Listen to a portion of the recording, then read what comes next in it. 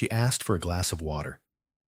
What she got was humiliation, cold, deliberate, and public.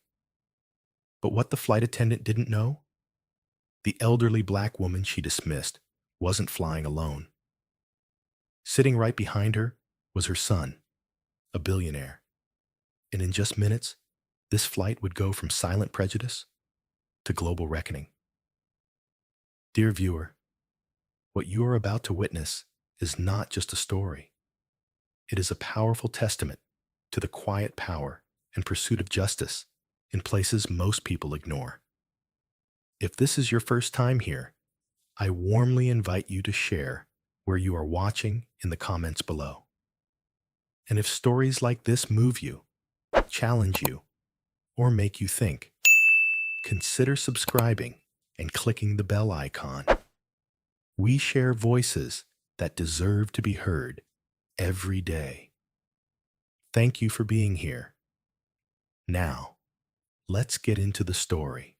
She didn't look like the kind of person who could shatter a system. Her steps were quiet, measured, barely audible beneath the hum of the boarding passengers. She wore a soft beige cardigan, pearl earrings that glinted subtly in the overhead lights, and a silk scarf knotted at her collarbone, dignity wrapped in elegance. Her name was Eleanor Brooks, and to the world, she was just another elderly black woman flying alone. She didn't demand attention. She didn't expect it either. And yet, what happened to her at 36,000 feet would ripple far beyond the clouds. Eleanor took seat 3A in first class on a flight from San Francisco to Chicago. The flight attendant barely acknowledged her, offering only a cursory glance, like checking a box. No smile, no warmth. Just a look that said, "Are you sure you're in the right seat?" Eleanor didn't flinch.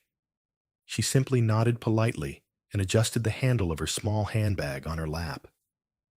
Moments later, the same attendant, tall, composed, white, glided down the aisle toward a younger woman dressed in designer sweats and oversized sunglasses.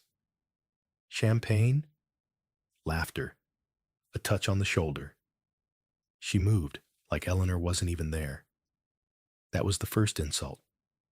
The second came moments after Eleanor, quietly, kindly, asked for a glass of water. The attendant blinked like she hadn't heard right. Then came the sigh, the roll of the eyes, and finally, the answer, crisp and cold. "We'll serve drinks after takeoff. Please wait." The tone sliced sharper than the words. Eleanor nodded again. "Of course, dear. I'm sorry for bothering you." She wasn't the type to make scenes. She'd spent a lifetime choosing silence over confrontation. Too many memories of being told her place. Too many moments when raising her voice only brought more trouble. But on this flight, trouble didn't wait for her to speak. The third insult wasn't just a word. It was the flick of a wrist. A half-empty plastic cup, placed with such careless force, it tipped, spilling water down Eleanor's blouse. Cold soaked through silk. She gasped, startled, clutching a napkin with trembling fingers to dab at the spreading stain. The attendant smirked. "Maybe next time, wait your turn," she muttered under her breath. That was when he stood up. Row 3B, right behind her. Quiet until now. The man was tall, dressed in a dark navy pullover, and had the kind of calm that makes people take a second look. His name was Carter Brooks, and while most passengers assumed he was just another business-class traveler, Carter was the founder of one of the most powerful tech firms in North America, a man with more silent power than the airline board itself. But in this moment, he wasn't a billionaire. He wasn't a CEO. He was a son. And someone had just humiliated his mother. "Excuse me." His voice was soft, but sharp enough to cut through the entire cabin. Did you just knock a drink out of her hand? The attendant froze mid-step. Every passenger who had kept their head down until now turned. Slowly, uneasily. Silence unfurled across first class, like a fog creeping over water. I I didn't mean to. It was an accident, she stammered. Carter took a step forward. An accident? Because she asked for water. Because she looks like someone who doesn't belong here. Whispers rippled down the rows like a current. Eleanor sat still, her hand clutching the wet napkin, eyes lowered, cheeks burning.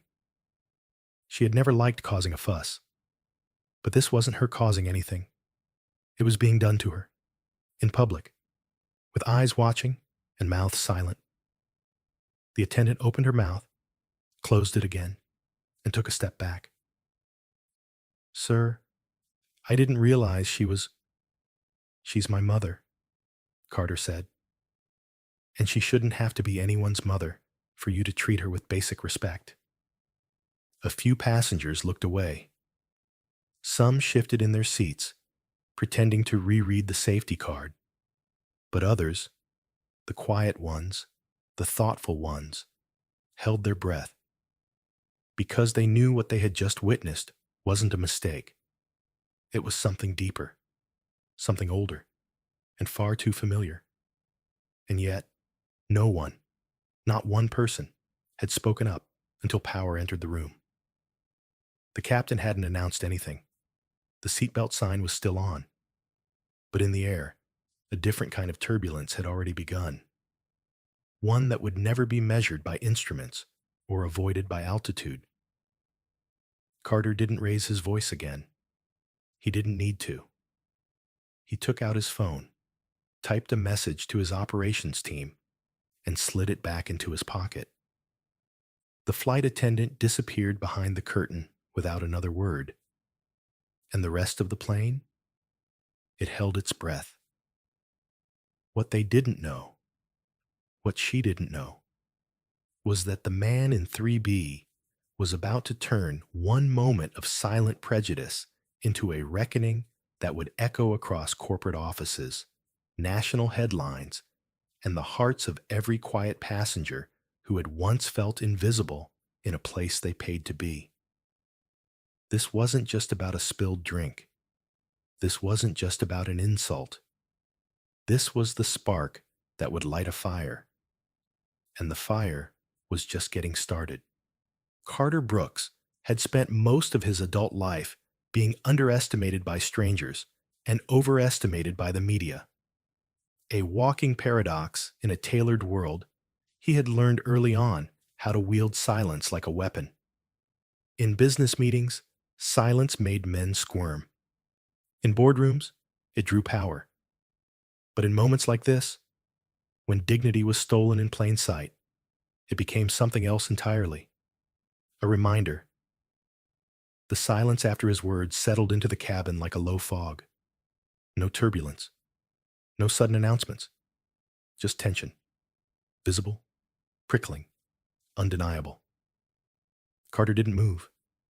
His hands were relaxed at his sides, but there was a weight behind his stillness. Those who knew him would recognize it.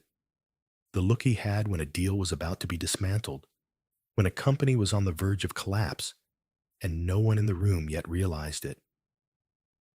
To the other passengers, he was still a mystery. Some knew the name, others didn't. But they all felt the shift, the way the atmosphere thickened the moment Carter's voice had sliced through it. Eleanor, his mother, remained still in 3A. Not because she was indifferent, but because she had been through this before, many times, in quieter ways, in lonelier places, when her son wasn't behind her and no one came to her defense. This wasn't the first time. It was just the first time the world would finally watch. The flight attendant, Amanda, hadn't returned from the galley. Whispers flickered down the aisle like candlelight, soft, flickering, barely spoken aloud. That's Carter Brooks. The Carter Brooks? You're kidding. Did you see what just happened? But Carter didn't care about the attention. He didn't care about the passengers or the headlines that would surely come later. Right now, he was focused on something much simpler, something sacred, his mother. He leaned toward Eleanor and gently offered a cloth napkin from his seat tray. She looked at him, her eyes still shimmering from the sting of humiliation, and gave the faintest nod. Her silence wasn't agreement, it was acknowledgement. She had raised him with the belief that your response to disrespect defined you more than the act itself. But there was a difference between staying silent and staying small. Carter wasn't small. A few rows behind them, a flight marshal, a plainclothes officer named Jim Rourke, watched the exchange closely. He hadn't intervened. He hadn't needed to. There had been no threats, no shouting, just a son protecting his mother. Still, his hand lingered near the clasp of his ID badge as he clicked his pen once, jotting something into a small notebook. Not because he saw danger, but because he knew power when it moved. Back in the cockpit, the captain had already been briefed. The call from corporate had been short but decisive. Carter Brooks was aboard, and a serious incident had occurred involving his mother. The directive was clear. Defer to him. Don't escalate. Don't downplay. Just follow the procedure and document everything. The captain wasn't new to this. He'd flown politicians, diplomats, and executives. But none of them, he suspected, carried the kind of influence Carter Brooks did. Not the loud, flashy kind, but the quiet kind that rewrote policies. In the rear galley, Amanda stood alone. Her back was pressed against the cold aluminum wall, arms folded tightly over her chest. She hadn't spoken to anyone. Her jaw clenched, her breath shallow. She had known something felt off the moment he stood up. Not just because of what he said, but the way he said it. The kind of tone only people used when they were used to being listened to. And then she made the mistake of Googling his name. When she saw it, his company, his philanthropy, his influence, her stomach turned. This wasn't just a misstep. It was the kind of misstep that ended careers. Amanda didn't cry. Not yet. But the weight of it started to settle in her bones. Not just the mistake, but the reason behind it. The part she didn't want to admit. The way she'd looked at Eleanor and made a decision. One rooted not in policy, but in prejudice. Not spoken, not deliberate, but just as damaging. And now the quiet man in 3B had pulled back the curtain for everyone to see. In first class, Carter had returned to his seat. His posture was calm, but his fingers moved quickly on his phone. No press, no tweets, just action. Messages to his assistant, notes to legal. A quiet storm forming behind the glass screen. His mother hadn't spoken again, and he didn't push her to. She deserved her silence on her terms. Behind them, the other passengers shifted uncomfortably in their seats. Some looked down. Others avoided his gaze. One older man, clearly from the financial world, cleared his throat softly and said, "If there's anything we can do." Carter turned slightly, his eyes unreadable. "You could have done something already," he said, "but you didn't." The man said nothing more. It was never just about a drink, or a tone, or a single act. It was about what the act revealed, what too many people saw and chose to ignore. Carter had spent his life breaking through those invisible lines, the subtle gates people didn't admit they built. But his mother? She had walked through them long before he had a name to wield. She deserved better. Not just now, in this seat, but always. The clouds outside passed slowly across the window as the plane continued east. But inside the cabin, something else was shifting. Perception, power, perspective.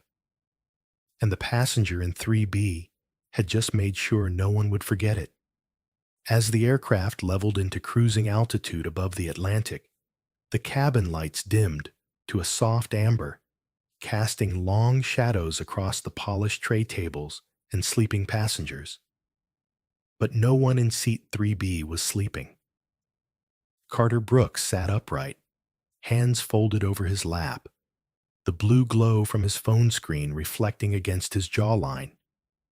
He wasn't typing anymore.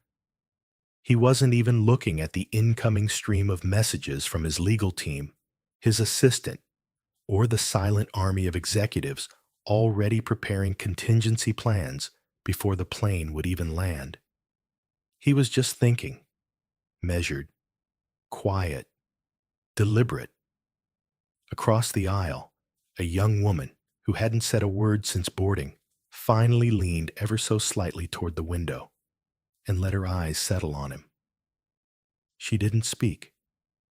She didn't need to. The shift had been felt by all.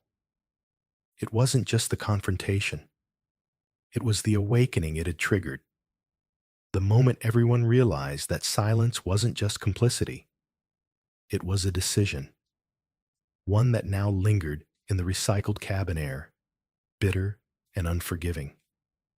Flight attendant Amanda had not returned. She remained in the rear galley, suspended in a silence that felt louder than any reprimand. Her senior colleague, Daniel, a seasoned attendant with a reputation for diplomacy, had now taken over the first-class cabin. With a practiced calmness, he approached Eleanor in seat 3A, offering a fresh cup of warm water without a word. No apology, just a quiet act of reparation. Eleanor nodded once in acknowledgement. Her fingers, still slightly damp from the earlier humiliation, accepted the cup without shaking. Carter watched the interaction, his gaze unflinching. He knew what Daniel was doing, trying to patch a sinking ship. But dignity wasn't something you handed out after the fact. It was something you protected before the damage was done. From the cockpit, the captain's voice came through the intercom with routine updates: altitude, flight time, anticipated weather over Dublin. But even his tone had changed. It was more careful now, less automated, as if aware that every word over that speaker was now part of a story none of them could escape. Behind Carter, passengers stirred. Some pretended to return to their books or movie screens, but their eyes betrayed their distraction. No one wanted to admit what they had witnessed. A glass of water spilled on an elderly woman. A flight attendant's unspoken prejudice exposed. And a man who could have stayed silent but chose not to. And that choice, that single choice, had changed the entire landscape of the flight. At 36,000 feet, the air was thinner, and so was the patience for excuses. What had once been an ordinary first-class cabin was now a theater of reckoning. The kind that didn't involve shouting or lawsuits, at least not yet. Instead, it hovered like the hum of the engine, steady and impossible to ignore. Eleanor sipped quietly from the cup, but the hurt hadn't faded. Not completely. She had been raised in the South during an era when service came with a side of suspicion, when looks lingered too long, when doors didn't open and names were misspelled on purpose. She had survived it all with grace. But grace, she knew, should not be mistaken for tolerance. She turned toward her son slightly, offering a glance that asked nothing and said everything. Carter returned the look. He wasn't sorry for stepping in. He was only sorry it had to be him. That there were still people who needed convincing that women like his mother deserved kindness, no matter what row or what skin they came in. Daniel cleared his throat softly as he approached again, this time standing beside Carter.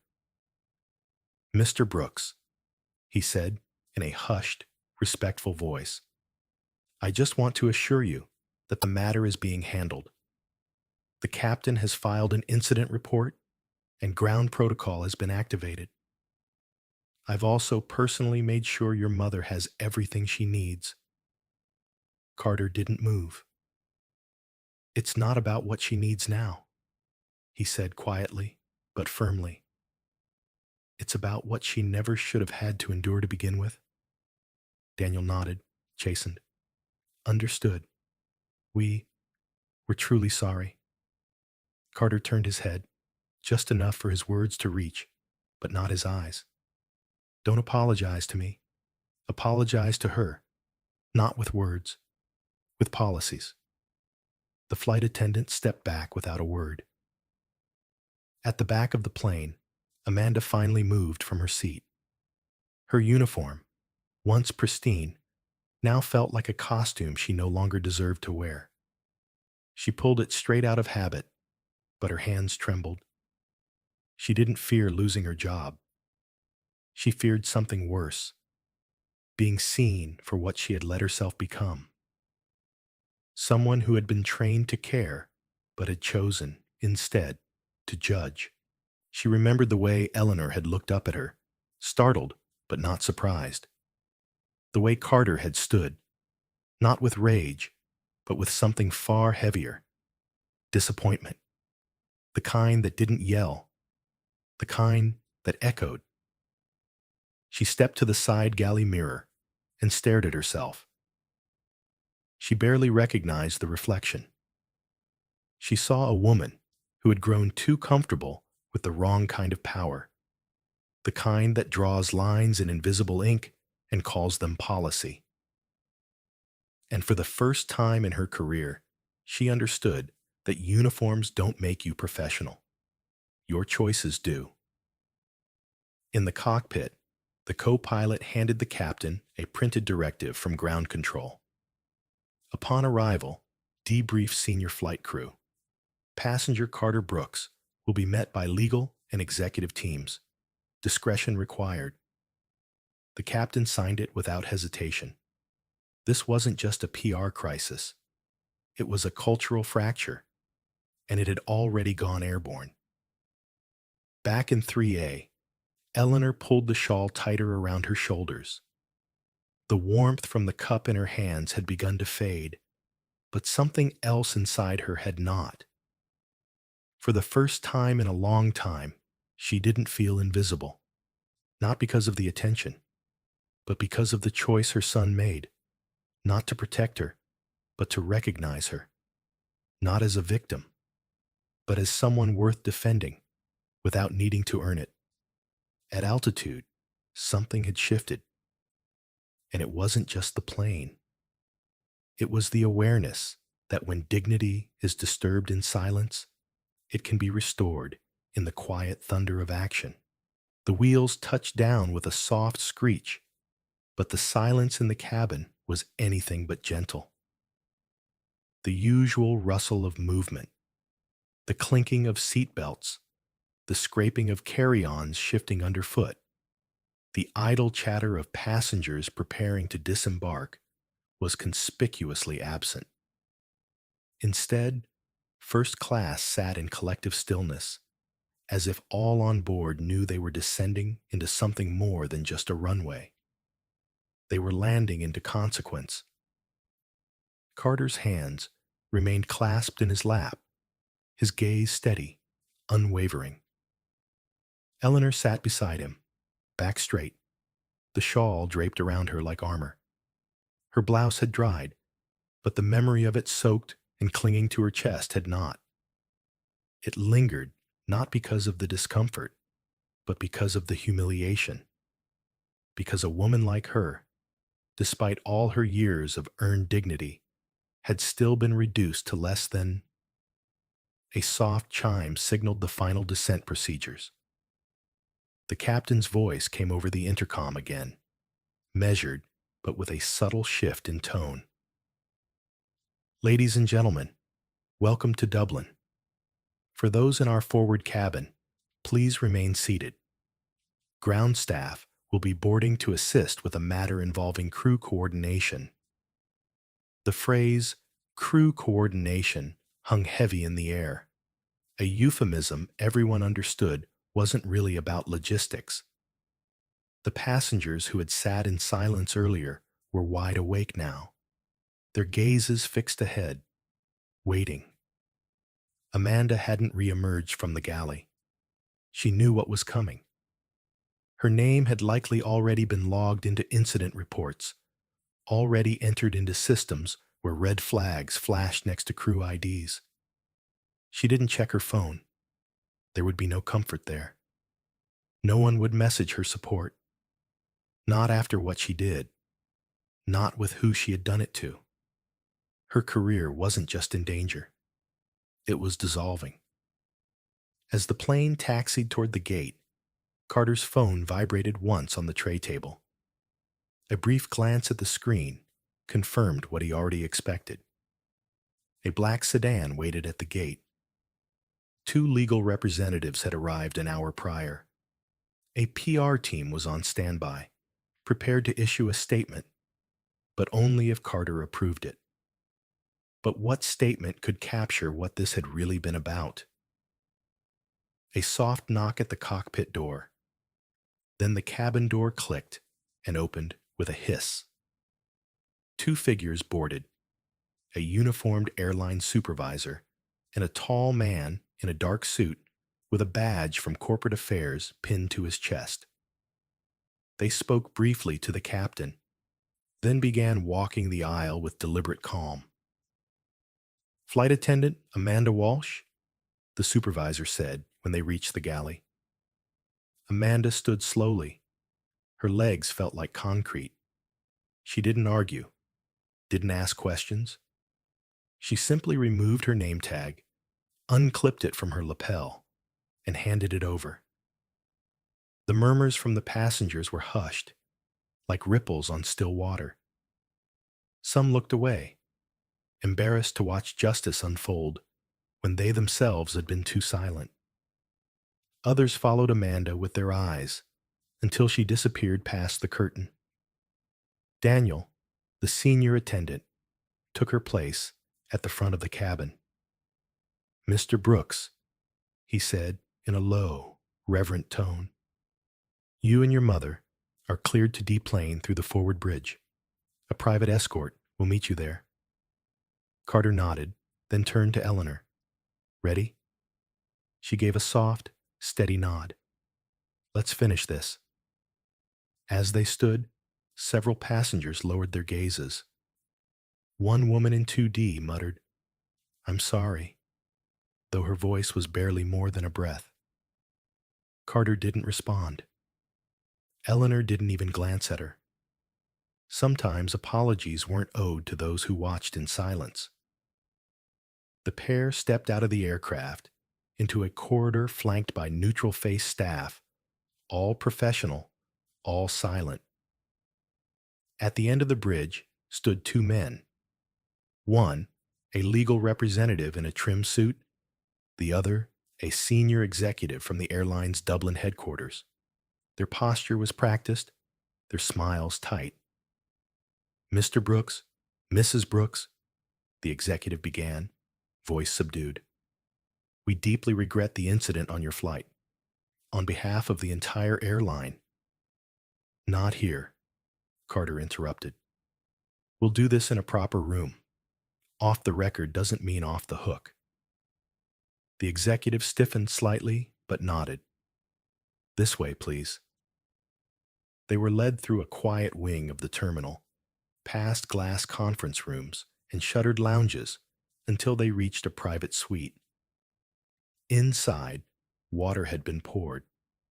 A folder lay neatly centered on the table. Amanda's personnel file, incident statements, internal policies flagged in yellow. But Carter didn't reach for it. Eleanor took a seat and looked around. Does anyone else speak for her? She asked. The legal representative blinked. For Amanda? Eleanor nodded. Yes, she made a decision, but she didn't do it in a vacuum. Who told her that passengers like me were easier to ignore? Who trained her to look the other way when dignity called for attention? The room fell still. Even Carter said nothing. He realized, in that moment, this wasn't just his mother's story. It was her reckoning, too. Her voice, quiet all her life, now cut through the air with clarity that demanded respect.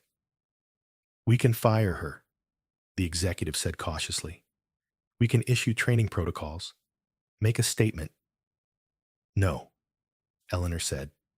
You will rebuild your standards, and not for press, not for the headlines, for the people who sit quietly in your planes every day, wondering if they'll be seen. Carter leaned forward. We'll draft a framework, he said. Third-party audits, independent complaint reviews, mandatory retraining, and we won't ask. We'll require it, or I'll pull every ounce of tech infrastructure my firm built for you. The executive's jaw tightened. Understood. Eleanor stood first. Good. Then you'll walk us out. Not for show, for accountability. And so, they walked through the terminal, mother and son.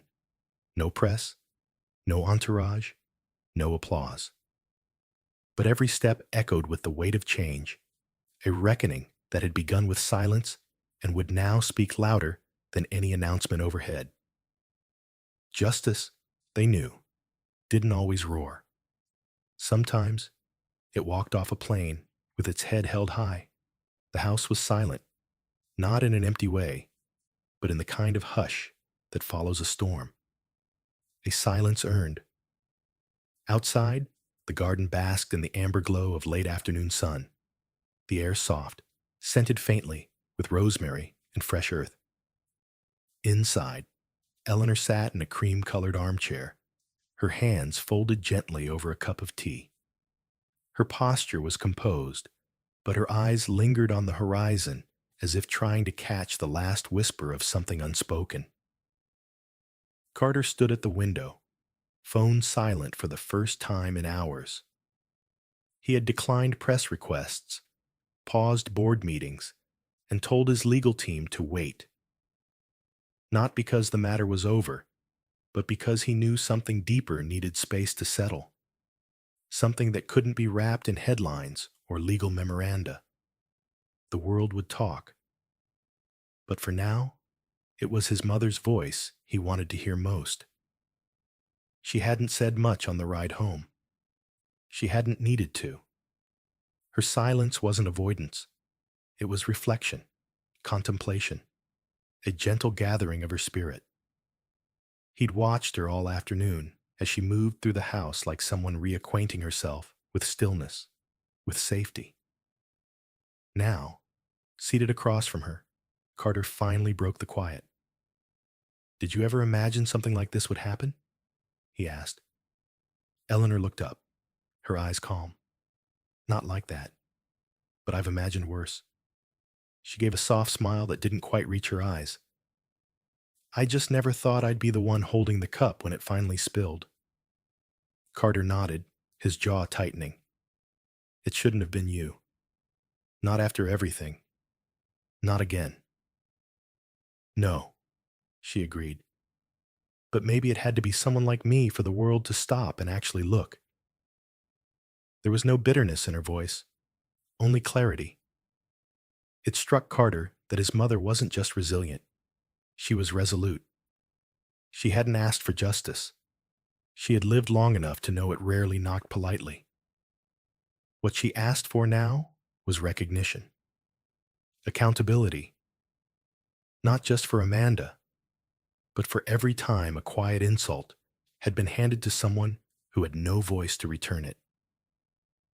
He moved closer, sitting across from her. The airlines made their moves, he said. Internal policies are being overhauled. They're implementing third-party bias training across all departments. and they've issued a formal apology to you, on paper and in person. Eleanor stirred her tea, then looked up. That's a start.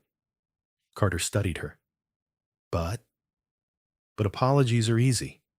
Change takes courage. She leaned back slightly. And I'm not interested in whether they're sorry. I'm interested in whether they'll remember.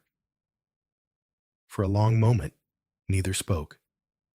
The garden outside swayed with a gentle breeze, the shadows of the day growing long across the polished floor.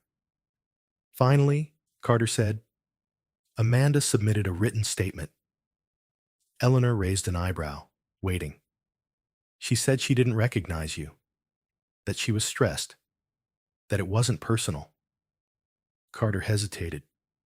But she also said something else. She said for the first time, she saw herself the way others might see her, and it made her ashamed. Eleanor's expression didn't change. Good.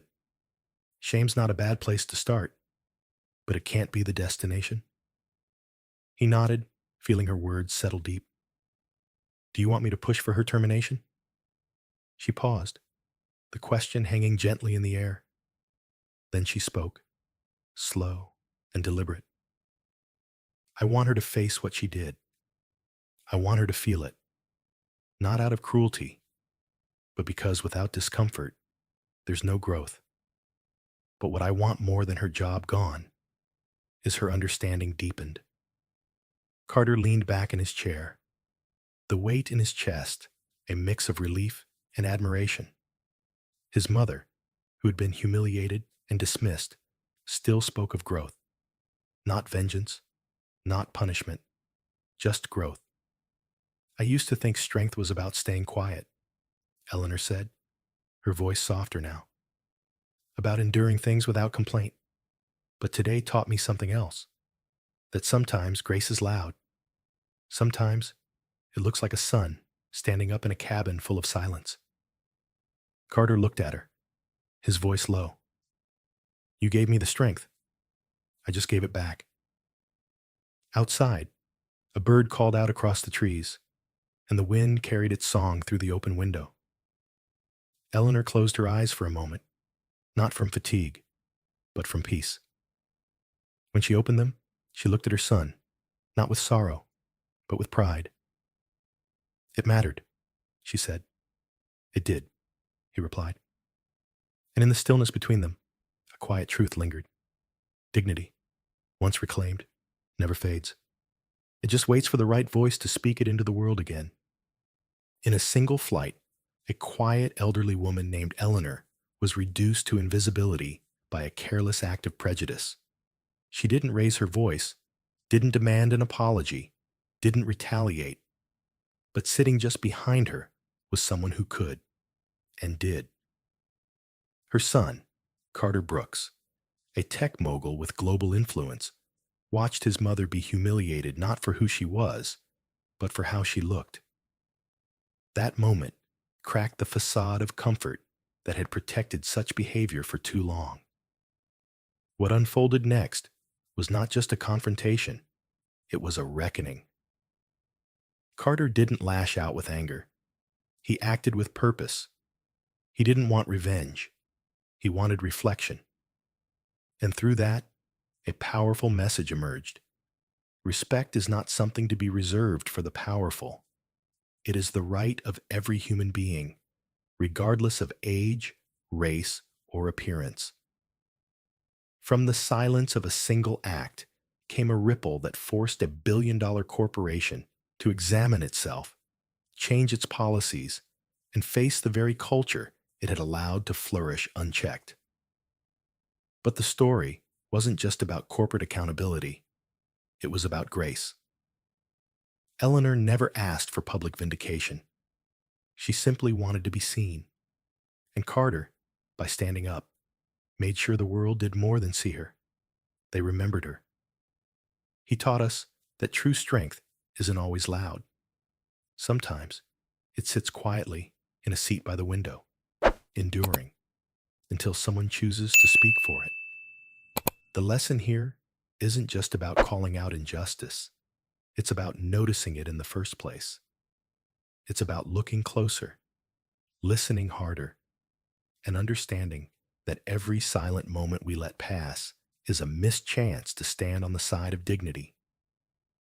In our workplaces, on our streets, and even in the air thousands of feet above the ground, we are always given opportunities to either stay silent or to shift the story. If this story moved you, if it made you stop and think about the world we're creating, please support our channel by hitting the like button, subscribing, and turning on notifications. Your support gives us the strength to keep telling powerful, meaningful stories, because some truths deserve to be told again and again.